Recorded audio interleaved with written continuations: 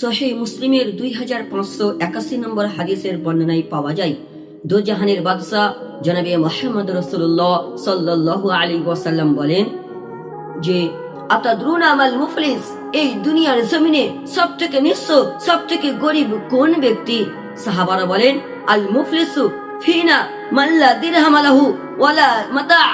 এই দুনিয়ার জমিনে সবথেকে নিঃস্ব সবথেকে গরিব ওই ব্যক্তি যার কাছে টাকা পয়সা ঘর বাড়ি ব্যাংক ব্যালেন্স কিছুই নেই।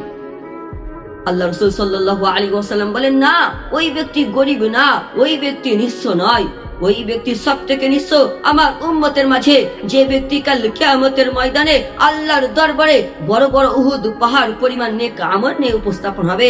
নামাজ, রোজা, হজ, যাকাত, জিহাদ, তাসবিহ, তাহলিল, সাদকা, যাকাত সবকিছু নিয়ে উপস্থাপন হবে, সমস্ত ইবাদত নিয়ে। কিন্তু ওই ব্যক্তি দুনিয়ার জমিনে হুকুকুল ইবাদ অর্থাৎ বান্দার হককে নষ্ট করে এই আখিরাতে উপস্থাপন হয়েছে। আল্লাহ রাসূল বলছেন, তো ওই ব্যক্তি কাউকে থাপ্পড় মেরেছে, কাউকে গালি দিয়েছে, কারোর ওপর মিথ্যা অপবাদ দিয়েছে, কারোর জমিন কেড়ে নিয়েছে, কারোর জমিন মেরে নিয়েছে, কারোর ওপর কেস করে মিথ্যা সাক্ষী দিয়েছে, ভাই হয়ে বোনের সম্পত্তি মেরেছে। সেই জন্য ওই ব্যক্তি কাল কিয়ামতের ময়দানে যখন ওই ব্যক্তিকে বলা হবে যে তুমি আবার নেকি দাও, আমার উপর তুমি জুলুম করেছো, আমার উপর তুমি অত্যাচার করেছো, আজ আমাকে নেকি দাও, আল্লাহ পাক ডাক দিয়ে বলবেন, ওরে বান্দা আজ তোর গোনা ওর উপর দিয়ে দে, ওর মাথার উপর চাপিয়ে দে। তখন ওই ব্যক্তিকে বলবে তোমার নামাজ ওকে দিয়ে দাও, তোমার রোজা ওকে দিয়ে দাও, তোমার যাকাত ওকে দিয়ে দাও, তোমার উমরা ওকে দিয়ে দাও, তোমার হজ ওকে দিয়ে দাও। যখন দিতে দিতে দিতে দিতে দিতে দিতে সমস্ত নেকি মাইনাস হয়ে জিরো হয়ে যাবে, এখনো পাওনাওয়ালা বাকি থাকবে, তখন ডাক দিয়ে বলবেন, এ আল্লাহ এখনো তো আমরা বাকি আছি, এখনো তো আমাদের উপর জুলুম করা হয়েছে, এখনো তো এর নেকি জিরো হয়ে গেছে, এখন আমরা কি নেব? মহান আল্লাহ সুবহানাহু ওয়া তাআলা বলবেন ডাক দিয়ে, ওরে বান্দা চিন্তা করিস না, ভয় খাস না, আমি মহান আল্লাহ রাব্বুল আলামিন আজ আমি তোর বিচার করব, শুনে রেখে দে, তোর যে গুনাহ হয়েছে আজ ওর মাথার উপর চাপিয়ে দে।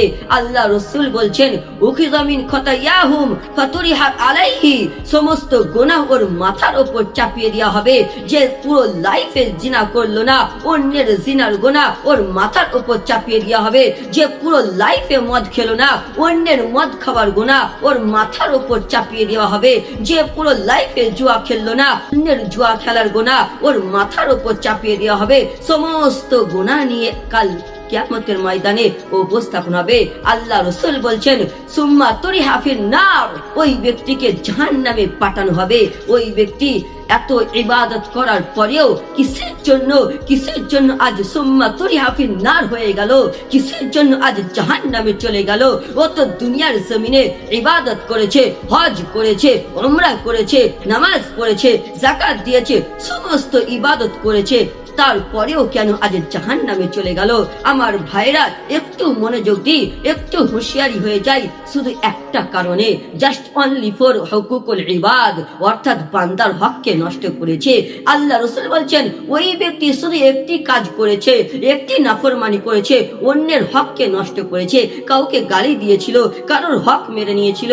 সেই জন্য আমার ভাইরা যতই আমরা ইবাদত করি দুনিয়ার বুকে, সাবধান হুঁশিয়ার হয়ে যাও আজ থেকে যে অন্যের হক মারা থেকে আমরা বেঁচে থাকবো, অন্যকে কষ্ট দেওয়া থেকে বেঁচে থাকবো, অন্যকে সাতানো থেকে আমরা বেঁচে থাকবো। আমরা যদি বেঁচে থাকি তো আমাদের ইবাদত করা আল্লাহর দরবারে কবুল হবে, আমাদের নেকি অন্যের কাছে যাবে না, আমাদের নেকি আমাদের কাছে থাকবে। সেই জন্য আল্লাহ পাক বলছেন বান্দারে তোর কাছে দুটো আছে হক, একটা হচ্ছে হুকুকুল্লাহ, আল্লাহর হক, যেটা আমি মহান আল্লাহ, আমি মহান প্রতিপালক তোকে সৃষ্টি করেছি, আমি চাইলে তোর গুনাহকে মাফ করে দেবো, কেউ বলার থাকবে না।